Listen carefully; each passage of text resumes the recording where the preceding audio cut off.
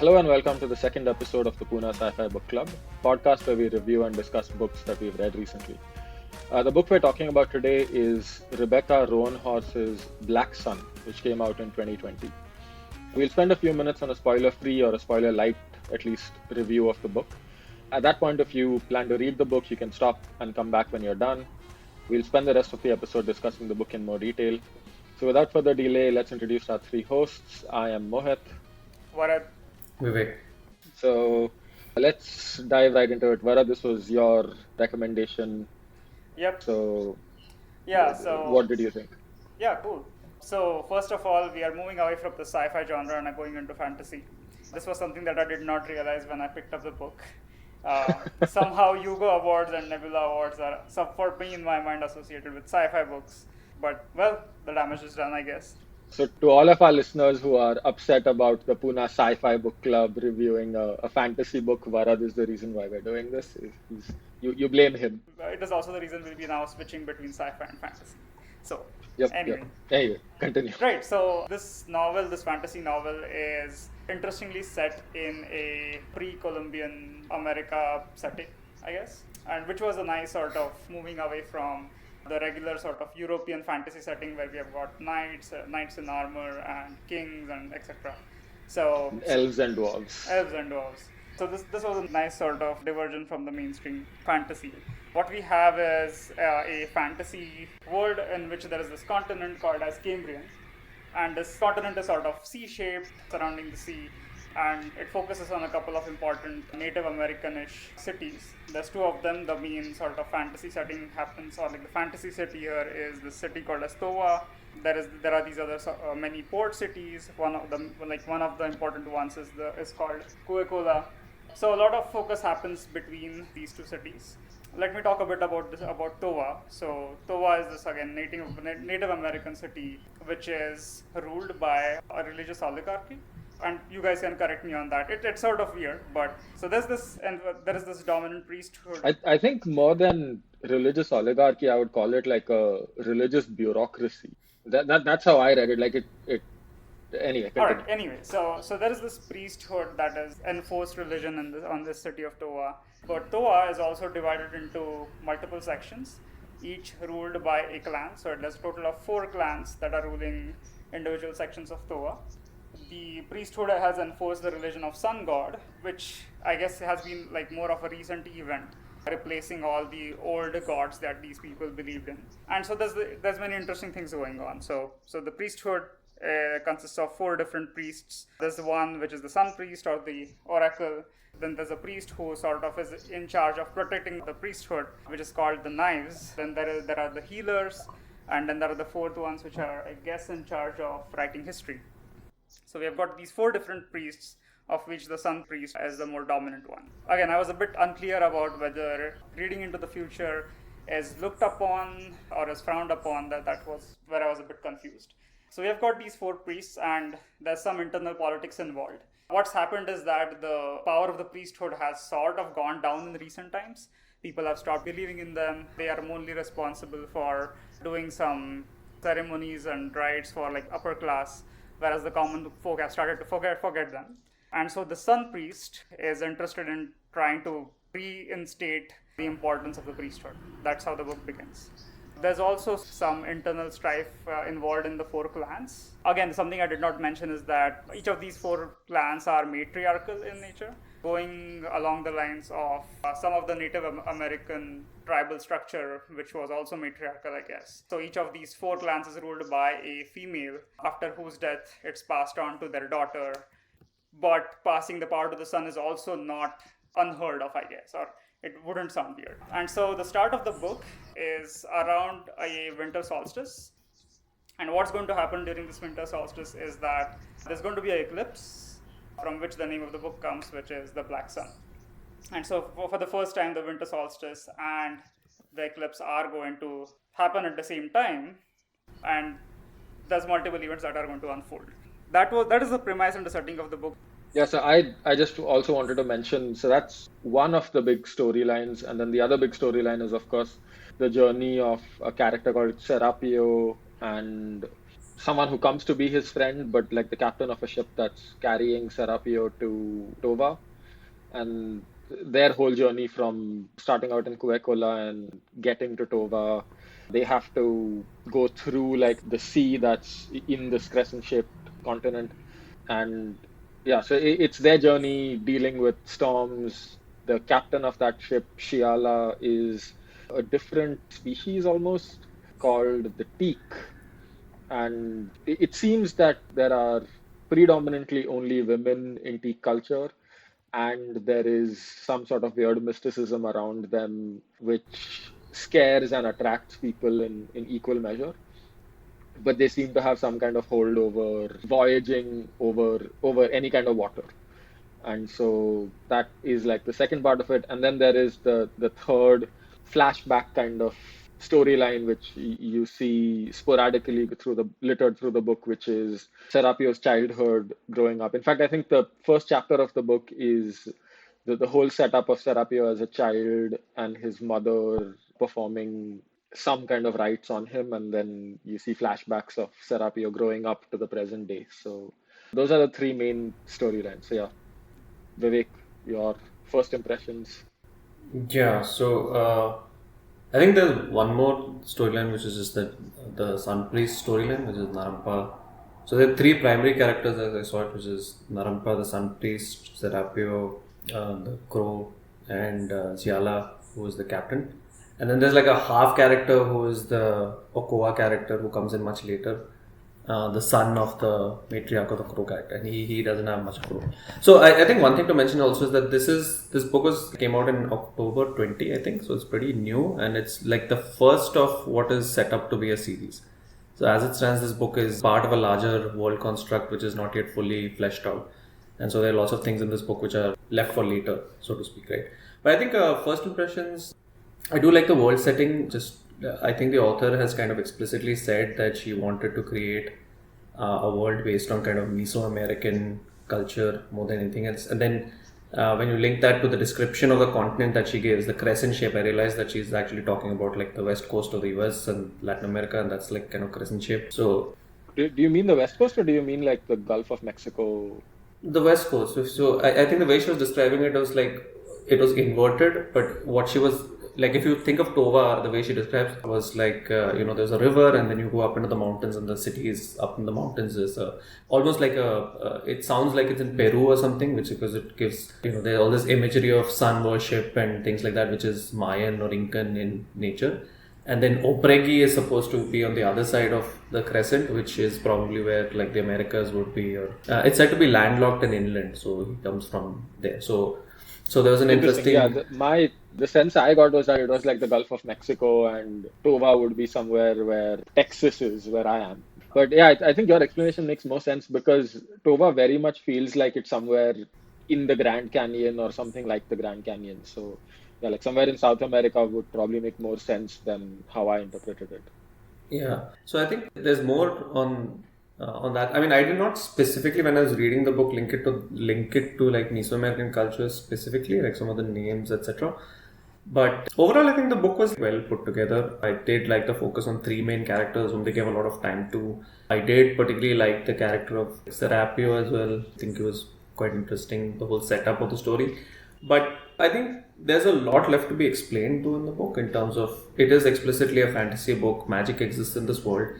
To touch upon a little bit more color, what I think Bharat was saying, that there is a kind of religious hierarchy which has been imposed by the priests, but that also kind of relies on the suppression of magic to some extent, because it is kind of heavily implied that the priests emphasize more science or their form of like rational logic or something like that. It felt like a weirdly like a secular religion. Exactly, yeah. Like a secular religious bureaucracy is what it felt like. Correct. Yeah, so it's a weird construct where they seem to be originally around 6 tribes in that area, which included, besides, so you have your 4 basic tribes which make up the city of Tova, who are your Carrion Crow, Golden Eagle, Water Striders, and I think Winged Serpent. Yeah.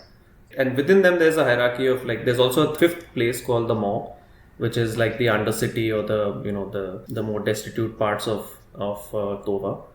And a person from each of the clans is typically elected to the priesthood, and then they form this super council which kind of governs all the activities of Tova as well as all of these clans.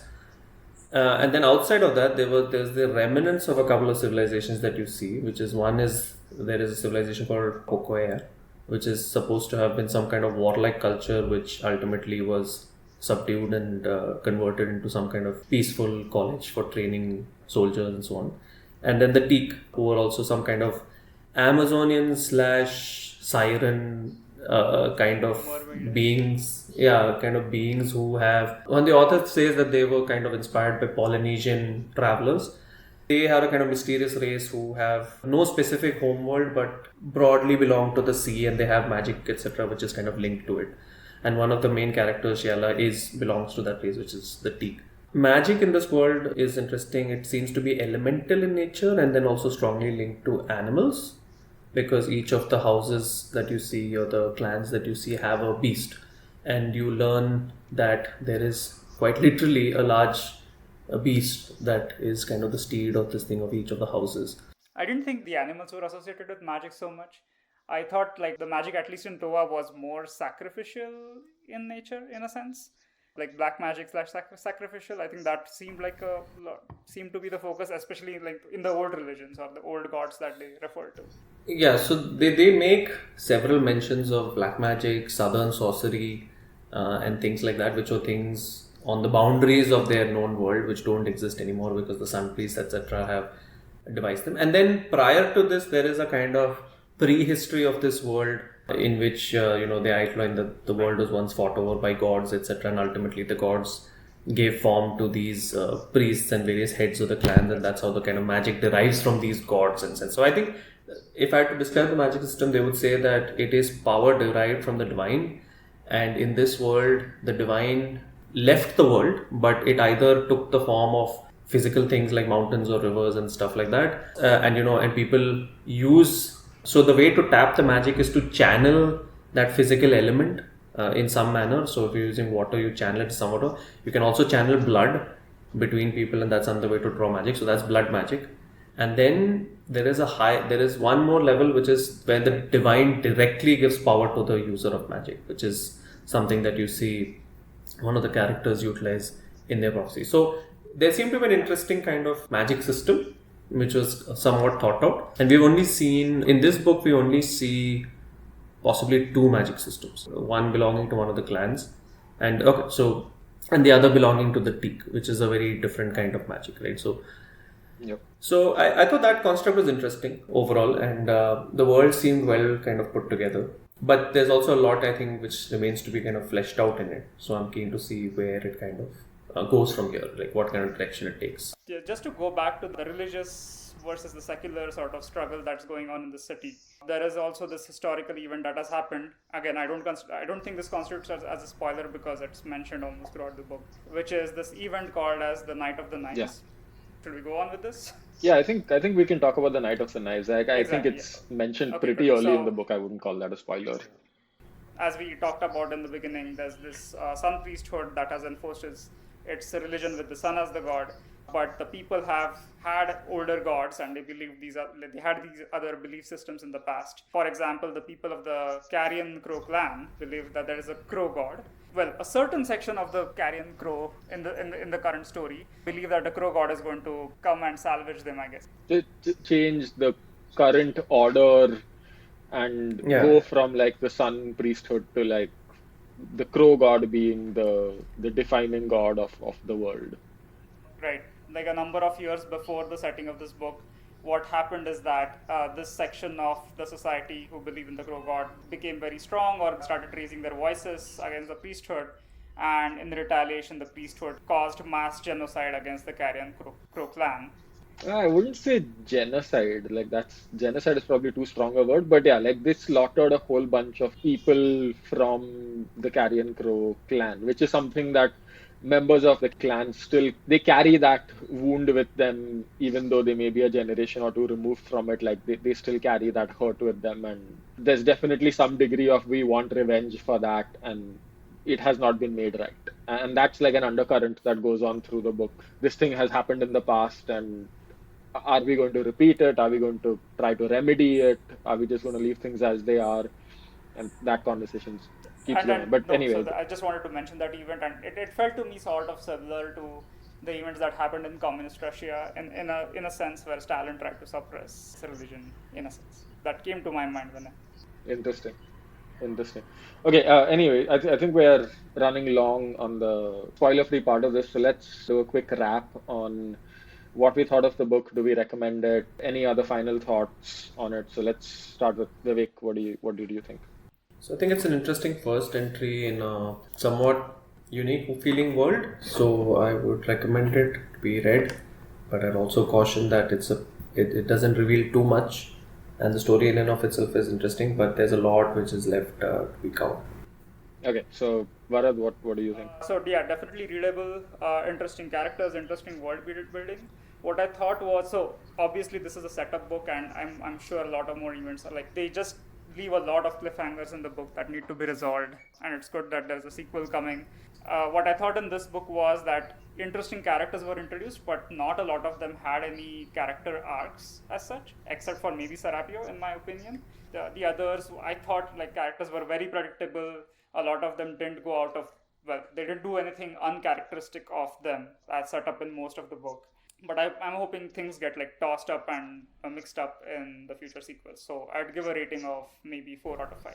Okay, and yeah, my thoughts are pretty similar. I do want to point out I did like the handling of gender. It was one of the books that I've read recently where it's handled really seamlessly. Like it's assumed that this is just normal. Like there are no exceptions made for it. There is no explanation required. It's just this is how the world is, and I liked that. 100% this felt like a prequel. You don't really get conclusions to a lot of the storylines, but yeah, like I would recommend the book. I would go back and read the sequel whenever that comes out. So yeah, it's a recommendation from me as well. And then before we go into the spoilers, just an announcement of our next book that we plan to read. Vivek, do you want to just give us like a 2-line description? Yeah, so the next book that we've picked up is a book called Sirius by an author called Olaf Stapledon, who didn't consider himself a science fiction writer, but who wrote a couple of seminal works which ended up being very, very interesting books. So Sirius itself, it's about a dog who was created through science with almost human-like intelligence, and it's about his life and times and thoughts and how he kind of struggles to make sense of his own existence within the larger world of people of whom he is a contemporary, but he's also an alien to them, and he is also kind of dependent on them as his creator. So that's the Okay, so that's our next book, Sirius by Olaf Stapledon. So now let's dive into the spoilers in the book. And again, to our listeners, all 6 of you, I think, if you do want to, if you do want to wait to read the book, this is the point where you should stop, and we'll see you on the other side.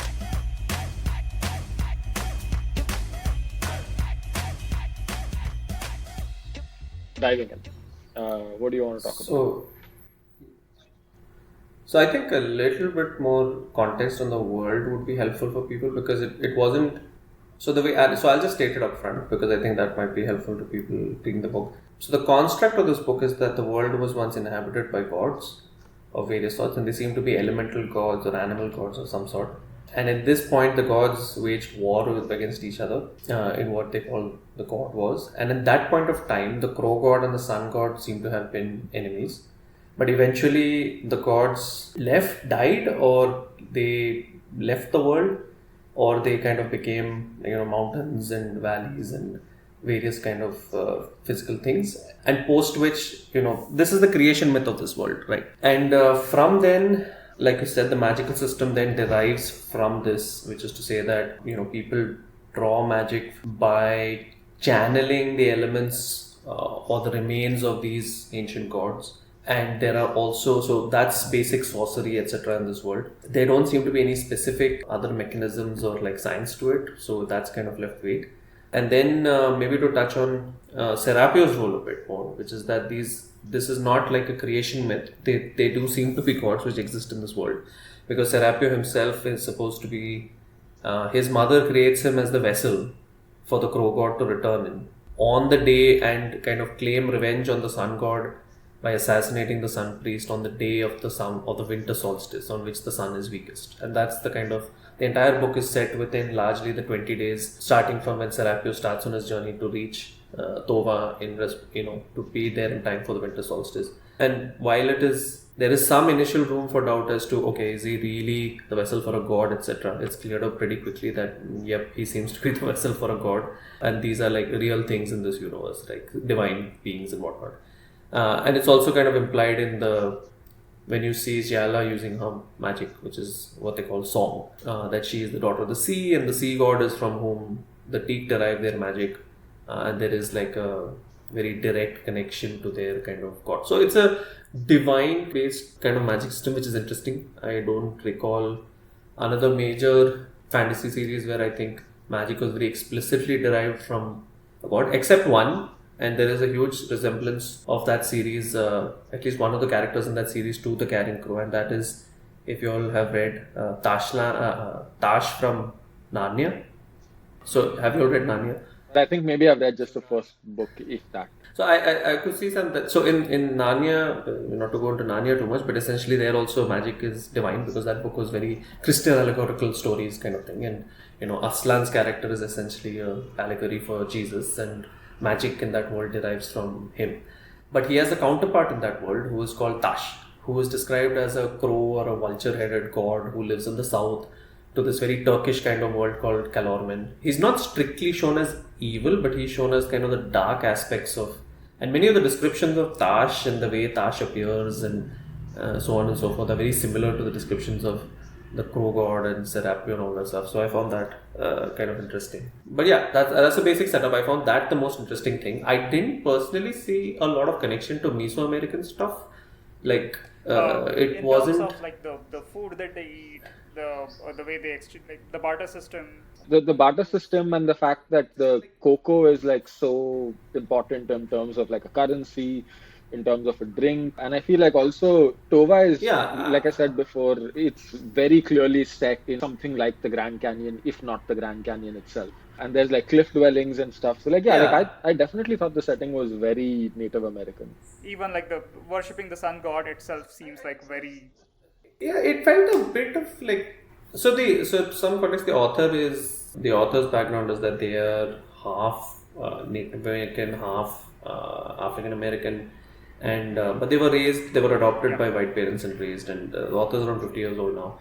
And so her first set of books were written about Navajo kind of. It's kind of inspired by Navajo kind of scenic, and there was some criticism on that. It felt like there was a lot of like visual references and things, but like for example, matriarchal societies and that. And I was like, I don't think Incans, Mayans, or like Aztecs, or particularly matriarchal societies. So it didn't seem as if, at least the way it was visualizing it, and then there wasn't an emphasis on religion, right? There wasn't the blood sacrifice and the sun god and all those things. That was like the primal part of it, right? Which was the world which this society had replaced. And so I struggled to see that besides the physical setting of it, which was somewhat like, okay, yeah, you had cocoa and you had all those things, but in terms of and crows, right? Again, like crows are not specifically like, because they, for the large part of this book, you're kind of focused on Serapio, who is originally a member of Carrion Crow, and he is supposed to be the vessel for the god. So you see a lot of the Carrion Crow clan, and you don't see much of the other clans. And raven symbology or crow symbology is not something very specifically like Mesoamerican. Like, yes, it is there in Native American cultures, but not really in like Incan Mayans, etc. It's more European than that, I would say. Like like to have like ravens and crows and that kind of imagery. Even the way he's described as being blinded with a staff and a hood and all, it's more reminiscent of like Odin or something like that, because Odin is blind in one eye, and So I struggle to see the very explicit. Like a couple of comments on what you just said. So, for example, you're right. I think Incas and Mayans, I don't think were matriarchal, and I don't recall the tribes out of the top of my head, but many tribes in North America were matriarchal. So, I'm assuming it's a mix of Native Americans across all the Americas, not just the Central and Southern American tribes. But is that appropriate? Is my question. Would that be appropriate, right? Because like then they seem very different to me. So it's like.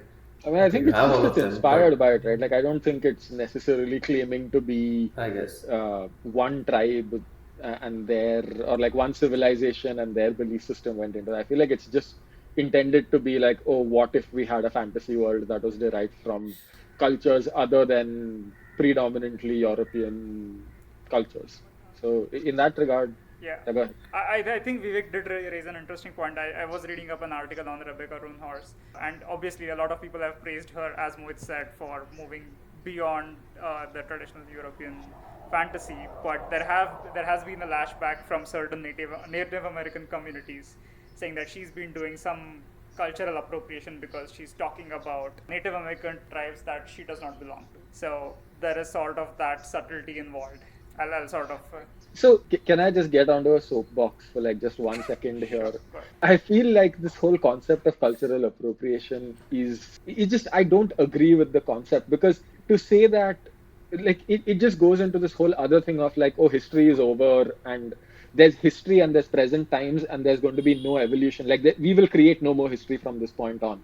And therefore what belongs to somebody and I can't borrow from it and I can't change it in some ways and make something new out of it. And that concept really angers me. Like I understand the thing of like, oh, I'm pretending to be something I'm not, but I don't think there's anything at all wrong with looking at some culture, and even if you have an outsider's view of that culture, to take that and adapt that into something different. I don't think there's anything wrong with that.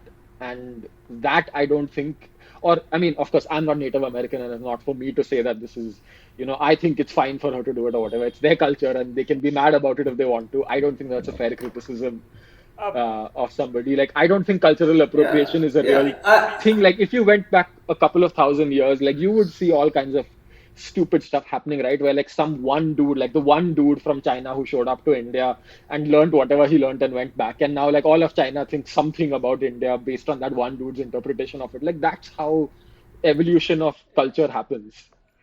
Yeah, I think there are like some like whatever like pickering up. But my thing was that when I was reading the world, it didn't immediately click to me that it was supposed to be like a Incan Mayan. Like, of course, the sun priest and those kind of things.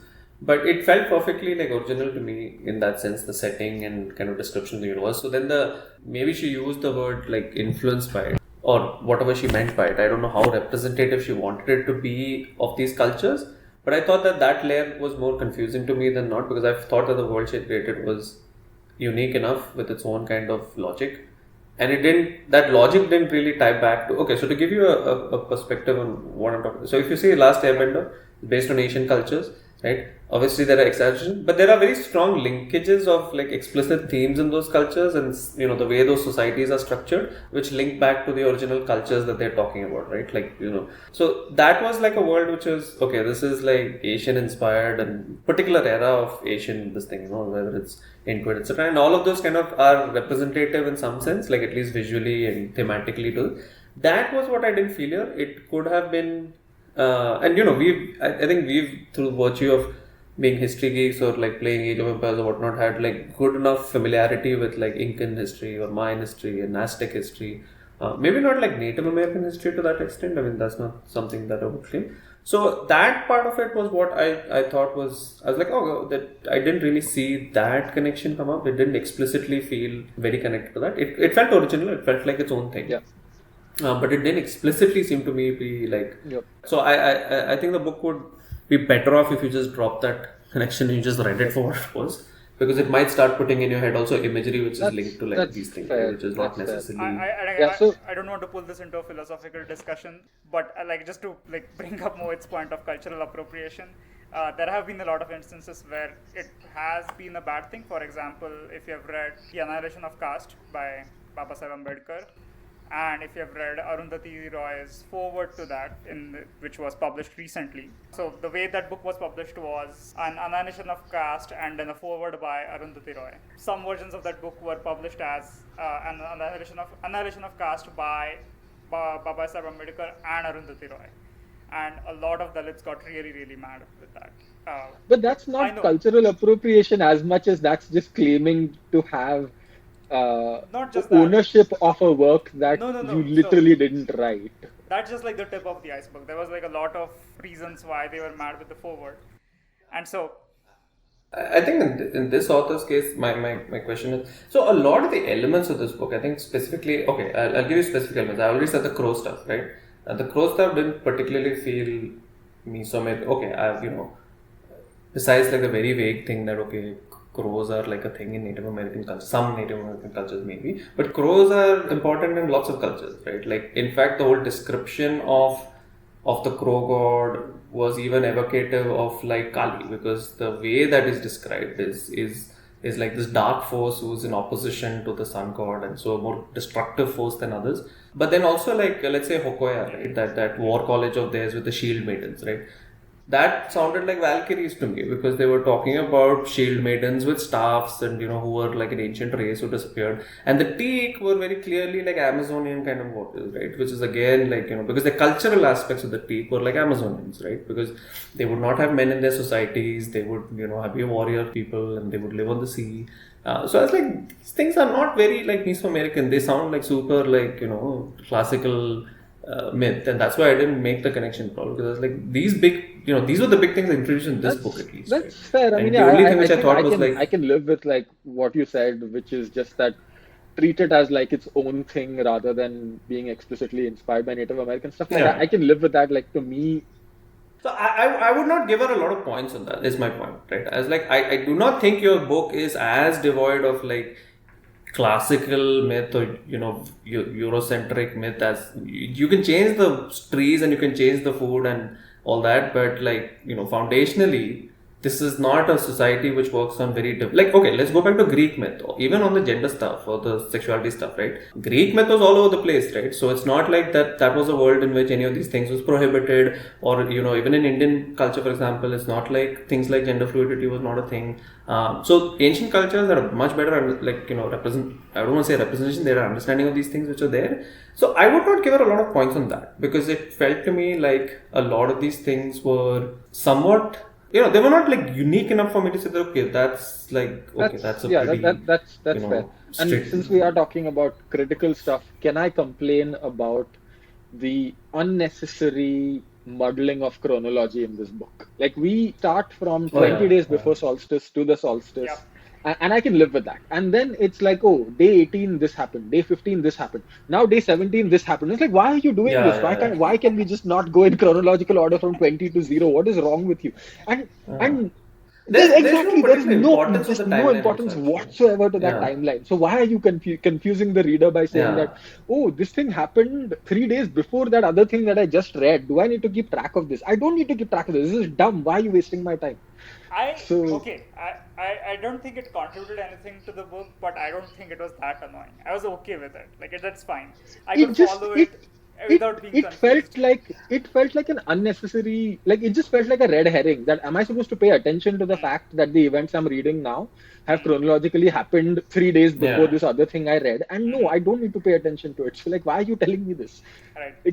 Things would have been exactly the same if she had just gone from like 20 down to 0 in immediate chronological order.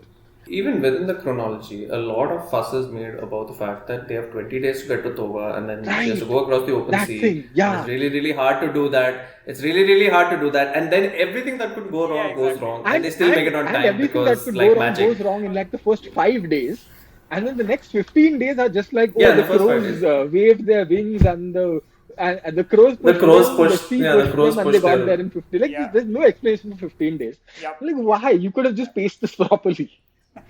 Yeah, so that timeline kind of felt like I thought a lot more would happen. Like, okay, they would get stranded, and then they would struggle, and then they would get there. And I thought the whole journey of Serapio and Shyala was unnecessary, where they convince the crew to like get everyone on board, like have it a moment, like maybe have some sort of emotional struggle when they contemplate sort of slaughtering all the seamen once they sort of revolt against the captain Shyala and Serapio in a sense. But Serapio has no sort of, he doesn't have any, what's the word for it?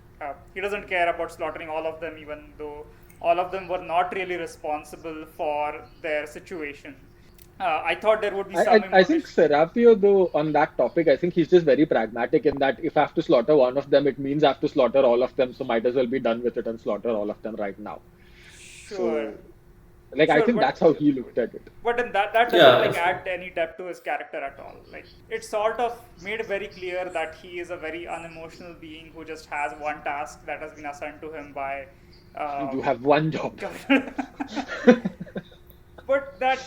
Yeah, like That feels like a one-dimensional character who's just like It feels like a more of a side character than like a main character. I had hoped that sure he has feelings for Shiala, and then they have their bonding, and he decides to side with her. He can see her struggle, so on and so forth. But that was obvious because both of them were special.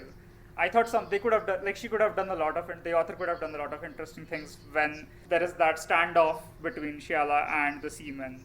But then Serapio just comes, kills them all, and that's it. And then 15 days later, they are happily at Toa shape.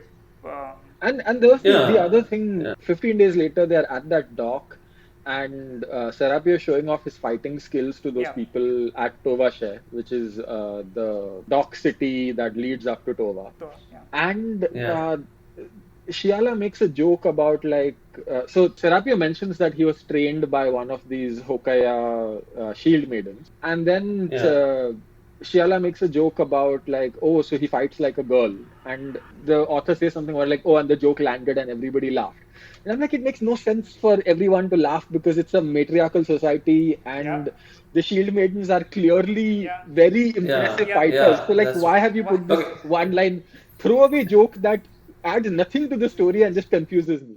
Not just the shield maidens. So in the end, if you recall, it is revealed that Ikten, who is the knife priest, is actually a woman. Wait, Right. So and Z is a transgender. she's right? it is.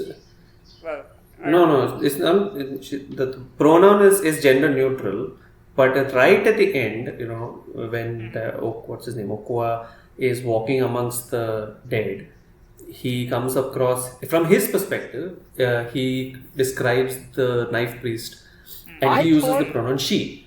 I So thought that I found. I thought I thought that was okay, so I'm interesting. just to sidetrack you for a second. I thought that meant that Iktan wasn't the guy who got killed. No, Or Iktan wasn't the entity that got killed. I thought someone else, some other person in the priesthood of the knives was wearing the mask, because they make the whole thing about the priests are always wearing masks, and so that's what I took from it. I didn't think that Z was physically a woman but gender fluid. So that's what I took away from it, which I thought was an interesting use of the pronoun, because Iktan's entire description, and you see Iktan only through the perspective of Narampa, and Narampa is very clearly infatuated with Iktan, and so is described in very masculine terms, and the role is that of an assassin and all of that, and then the reveal is, but they do make a point that even when Serapio fights Iktan, it is the toughest fight that he does have.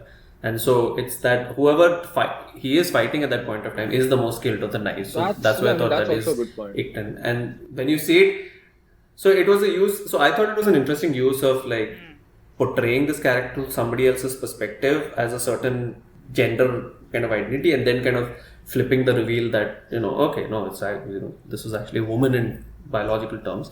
I thought that was an interesting use, but I have gripes about her writing about women in this entire series, because there are, I think, two of the main characters are women. One is Narampa and one is Shiala, and all the women in this book are obsessed with the men in their story. like Shiala is this big independent, whatever. She's shown as this wild woman, and then she falls to Serapio, and she's obsessed with Serapio, and then Narampa is obsessed with Iktan, and then she can't do anything without. And not only are they obsessed, they can't do anything without those. Without they those also people, don't right? do a lot. So like that was a bit of a letdown. I don't know what she did at the end. She just spent that day with Serapio and just resigned to him going to slaughter a bunch of people and dying. Yeah, I guess so. No. She didn't die. She's resigned to Serapio dying. Serapio dying. Oh, she's resigned to Serapio dying. Yeah. That's there. And I hadn't noticed this, but to further underscore your point, when Narampa needs help, she goes to her brother, who she hasn't met in 20 years. Yeah. It's the brother, and the dude, right? Narampa didn't do anything in this book, I felt. She knew everything. She realizes there is a plot going on against her, but she'll wait. I thought. Why did she go back? Why did she go back? Yeah, why did she come back and then get dragged? And then what? So what is the name of the healer priest who's trying to? Abba. Abba. So Abba first arrests her, but then they decide to throw her off a bridge. Why not just slaughter her in a dungeon? Did they take her to a dungeon, and then from the dungeon outside? No. They want to incite a riot by making it look like Carrion Crow killed her, so that they have justification for slaughtering Carrion Crow again. But why just not kill her and then take her, leave her body there? Because it's more obvious when you take a dead body with you than just taking a covered up hooded person with you. But they get found anyway. Yeah, I mean, things don't go to plan, but the plan was sound. I felt that whole plot was a bit very stupid. Everyone was just acting stupid. Like Iktan, I didn't understand what Iktan's sort of game was. Whether he was involved in the coup, or whether he was very stupid to not realize this is a coup. So there's a bit of like the Game of Thrones thing in this series, which is like when you start Game of Thrones, the Westeros people don't really believe in magic, but people in Essos kind of do magic, and ultimately there's a collision of those two things, both in Daenerys but also the Red Priests and all of that, right? And so here in this world, even the priests themselves don't seem to believe in their kind of stories, and it's kind of hinted that at one point of time the priests were not just priests, but they were the vessels for the gods that they kind of represent, which is like the river god and the sun god and I think the god of the air or something like that. And then they have forgotten about that past, and people are kind of skeptical about like magic in general and stuff. And it only happens at like the fringes of this world, which is like the deep south or wherever equivalent. So yeah, so they seem to be playing politics. I didn't really get what politics they were playing towards. Then there was the murder of the Crow Matriarch, which is not addressed. I guess those are things for later. But like just speaking for myself, might feel like I'm crapping on the book, but it's just how I like to take. No, I think this is just going to be our recurring theme where we recommend a book in the first 20 minutes and then Exactly. spend the next 40 minutes complaining about how terrible it was. But I agree with Varun. Like, yeah, we're complaining a whole bunch, but I still think that it's a good book. This is a good book, yeah, exactly. One thing that upset me from a reader payoff perspective, I spent the whole book hating Abba and wanting to see her get punched in the face and die like a terrible death, or at least get humiliated and kicked out of the council. And then she just falls off a bridge, or she just falls she was off a killed bridge and instantly. dies. And I'm like, this is so disappointing. The- No, she doesn't fall She off a doesn't bridge. fall off a bridge and die. She She gets whacked in the face by she gets Serapion. killed by She dies. Serapion, and I'm like, this is so disappointing. I wanted something worse to happen to this really annoying character. I mean, but for a character who is supposed to be like the most powerful entity in that universe, Naraka's pretty useless. Okay, even if you're like incompetent, the position alone should have given you like, way more power, or like than what it seemed like she was completely clueless. She just got played. and She got couldn't do played by anything. everybody. And The thing I don't understand at all is like, why does she go back? Like, she's in the safety of Yeah. her brother's protection, who Yeah. grudgingly at least is willing to extend support and help to her. So why have you gone? Because nothing is achieved by her going back to the tower, other than the fact that they don't find out that she went and did this. Nothing has been achieved. So like, why did you go back? Right. Yeah. Yep. What part did you have to play? She had already clearly been replaced by that apprentice who was sleeping with Abba. So what Sure, was she the wasn't point? running away, but why did she Yeah. go back into the trap? Like, given what happened to her hours afterwards. yeah, I think so. I think like that. There may be like some things to be tied up on that front. I guess my last gripe on that was that the introduction of the fact that all these clans have steeds, which are giant animals, was a bit late in the book, and I was like, oh, okay. Like they described this crow, and I was like, wait, this crow. Like, did they just say this guy flew in on a crow? And I was like, oh, it's a big crow, and I was like, oh, okay. I was like, okay. I did not know that existed in this world, and yeah. I was like, okay, maybe the crow people have. No, all of them have a big animal. So I was like, okay, fine. So I was like, yeah, she could be a bit tighter on those things. But those are like, I think, still small nitpicks. I think thematically, I'm still not sure what the book is about thematically. I think that would be one overarching thing, that there is some mention of Undercity and rich versus poor kind of thing, because Narampa is originally from like Narampa is like a person who was a servant at the priest citadel, and then she's chosen to be the next sun priest by the previous sun priest, who was kind of a capricious person, and therefore she kind of finds herself. But that dynamic is not really explored too much, and it's kind of ignored. So I would say thematically, I'm not very sure what the book is about. If it's just a character story, or is there any other bigger themes? Balance seems to be something, like, because they talk about like Serapio kind of not only killing the sun priest, but also like reversing the balance in favor of the crow god. Because the book ends on like whatever year so on. zero of the crow or something like that. Yeah, exactly. Yep. So the crow has won. She's not dead. I don't think Shiala is dead either. And my pet theory is that Iktan Why is would still Sheila die? alive. Sheila just witnesses that incident. Nah? She She's was just on the fine. bridge when Some whatever people, some yeah, the stampede happens to get off the bridge or something. So it's unclear what happens to her. I imagine that she's I mean, it alive. would be stupid for that well set up character to die from a stampede. So I'm sure she's not And dead. without mentioning that she's dead, like Without, I assume she's alive and but, has a part to play in Serapio's story later on. yeah. So yeah, that I agree. So on the whole, my biggest gripe with the book really is just that it feels like there is no conclusion. Like I Yeah. cannot read this book and not read the other books. Yeah. Like just something that I wanted to like a similar, not similar per se, but like a fantasy book set in a non-European setting that I kept thinking of on and off while I was reading this is this book called The Grace of King by Ken Liu. And I don't think there's any real magic or anything in The Grace of Kings. Or if there is, it's quite limited, but it's also interesting in how much it emphasizes a fantasy setting that's like very clearly an East Asian fantasy setting.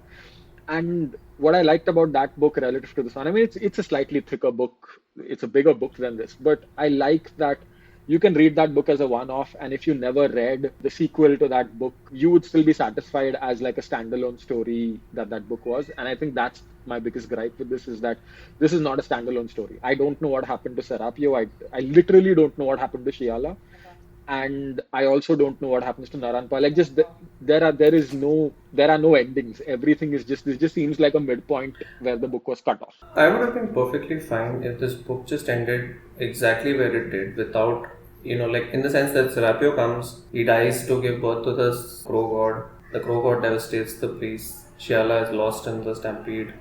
Narampa falls off a bridge and dies. And I would have been perfectly fine with that. Yeah, if you cut all of that out and you cut the whole like plot of the crow mother was murdered and all that stuff. You just cut that all out. I would have actually been fine with that as a standalone story because thematically there's a lot in the book about like destiny, fate, and they can't really change that. Like Serapio, even as one thing which is curious is that Serapio as a child is either so enamored of his mother or so obedient a child that he just goes with his fate as the vessel of the god and he doesn't really there's no angst in him about it, like besides like for a second at the end, right? And so it seems like it's a world which takes fate and things like that, which is also funny for a book about identity, right? Ultimately, that you take that the finality of your birth is, that's a funny thematic dissonance in it. But I would have been fine with that because it's like, okay, you told us this would happen and that you would go there and this would happen and you cut it at that, right? And that's a fine standalone story for me because like, okay, you saw the journey and you knew what would happen and it happens. And what it leaves in its wake is there. So I actually would have been satisfied with that. If that was just a standalone story with just that, I would have been happy with that. Now that it's part of a larger one, I'm like, oh, okay, fine. Now they'll introduce more things, and then there will be explanations, and there'll be layerings on it, and then the thematic part of it is like, okay, like it doesn't tie together as well if it was just a standalone. But the series has been picked up for a TV series, so I guess she's doing well. By whom? And Chini, yeah. So AMC has picked it up for a TV series, AMC. And so she's doing well, and I guess she'll have to pump out more novels. So you can guess the direction. What I don't want is like an unending series of like 1 million novels that progressively dilutes whatever the original vision of the author was. Yeah, like if this remains like a whatever 3, 4, 5 book thing, I'm probably fine with that. But if it just becomes like a never-ending series of novels, it's not going to be great.